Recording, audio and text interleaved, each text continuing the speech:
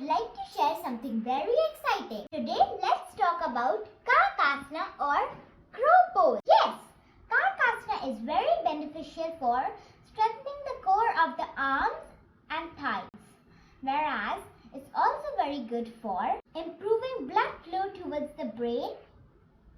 Regular practice of this asana improves respiration.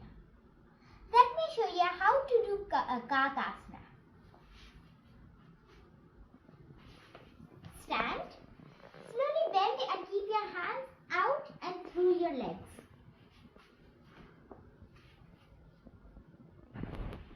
Put as much force as you can onto your hands.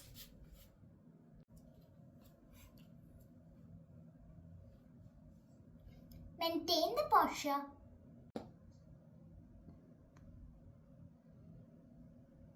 And slowly come back. I hope you all enjoyed this asana. Thank you. Namaste. Keep practicing. Bye.